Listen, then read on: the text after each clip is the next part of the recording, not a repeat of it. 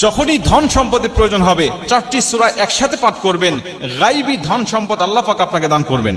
অবাক করা একটি হাদিস, রাসূল সাল্লাল্লাহু আলাইহি ওয়াসাল্লাম আমাদের জন্য চমৎকার ভাবে এই হাদিসটি বর্ণনা করেছেন। আনাস ইবনে মালিক রাদিয়াল্লাহু তাআলা আনহু হাদিসটা বর্ণনা করেছেন, তিরমিজি শরীফের 2895 নম্বর হাদিস। তিনি বলছেন, আন্না রাসূলুল্লাহ সাল্লাল্লাহু আলাইহি ওয়াসাল্লাম ক্বালা লিরাজুলিন মিন আসহাবি, রাসূল সাল্লাল্লাহু আলাইহি ওয়াসাল্লামের কাছে একজন সাহাবী আসলেন। নবীজি তাকে জিজ্ঞাসা করছেন, হে সাহাবী, হে অমুক, তুমি কি বিয়ে করেছো? তিনি বলছেন, ক্বালা ইয়া রাসূলুল্লাহ, আমি বিয়ে করি নাই। আল্লাহর কসম, আমি এতটা গরীব যে বিয়ে করার জন্য যে সম্পদের প্রয়োজন, এই সম্পদ আমার কাছে নাই। আমি এতটাই গরীব যে বিয়ে করার জন্য যে মালের প্রয়োজন হবে, সম্পদের প্রয়োজন হবে, এইটুকু সম্পদ আমার কাছে নাই। নবীজি, আমি কেমনে বিয়ে করব?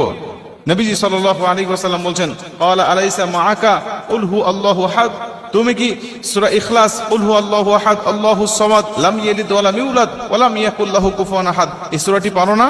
তিনি বলছেন, ক্বালা বালা ইয়া রাসূলুল্লাহ, আমি পারি তো এই সূরাটা।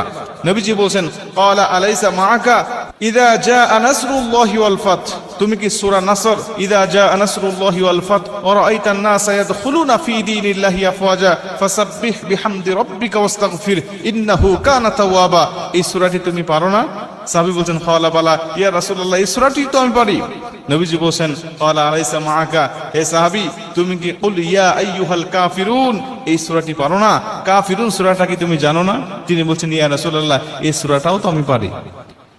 মুসলমান ভাইরা আমার, নবীজি সাল্লাল্লাহু আলাইহি ওয়াসাল্লাম তাকে আবারও জিজ্ঞাসা করলেন, ক্বালা আলাইসা মাআকা ইযা যুলজিলাতিল আরদু জিলজালাহা, তুমি কি সূরা জিলজাল পারো না? সাহাবী বলেন, ক্বালা বালা ইয়া রাসূলুল্লাহ, সূরা জিলজাল তো আমার মুখস্থ আছে, প্রত্যেকটা সূরা আমি পারি। যে চারটি সূরার কথা আপনি বললেন, নবীজি বলছেন এই চারটি সূরা তুমি পাঠ করো, আর তুমি বিয়ে করে নাও। নবী দুবার বললেন, তুমি যদি এই চারটি সূরা নিয়মিত পাঠ করতে পারো, আমার আল্লাহ পাক তোমাকে গায়বী রুজির ব্যবস্থা করে দিবেন। তুমি যদি চারটি সূরা একসাথে পাঠ করতে পারো, আমি নবীজি বলছি, তুমি বিয়ে করছো, বিয়ে করতে ভয় পাচ্ছ না, ভয়ের প্রয়োজন হবে না। আমার আল্লাহ তোমাকে গায়বী রুজির ব্যবস্থা করবে, গায়বী তোমাকে সাহায্য দান করবে। এই হাদিস থেকে প্রমাণ হয়, যদি আমরা এই চারটি সূরা সকাল বিকাল যখনই আমাদের মনে হবে, বা 5 ওয়াক্ত ফরজ নামাজের পরে যখনই আমাদের স্মরণ হবে, মনে হবে, তখন এই চারটি সূরা যদি আমরা পাঠ করতে পারি, এই চারটি সূরাই কিন্তু ছোট্ট ছোট্ট সূরা, আর আমরা নামাজের মধ্যে এই সূরাগুলো তেলাওয়াত করি সবচেয়ে বেশি। এই সূরাগুলো কিন্তু আমাদের অধিকাংশ মানুষের মুখস্থ রয়েছে।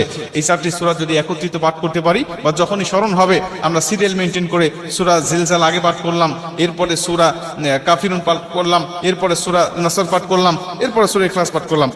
অথবা হাদিসের যে ধারায় বর্ণনা হয়েছে, হাদিসে নবীজি আগে বলছেন সূরা ইখলাসের কথা, আমি আগে সূরা ইখলাস পাঠ করলাম, এরপরে নবী বললেন সূরা নাসরের কথা, নাসর পাঠ করলাম।